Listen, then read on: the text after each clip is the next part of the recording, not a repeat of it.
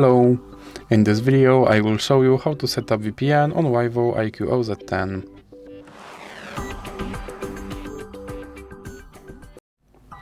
So you have to start by opening your Google Play Store, then click on search bar and type in Turbo VPN and click search.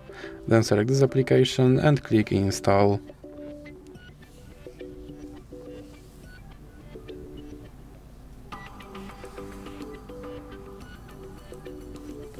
Now click open and then click agree and continue.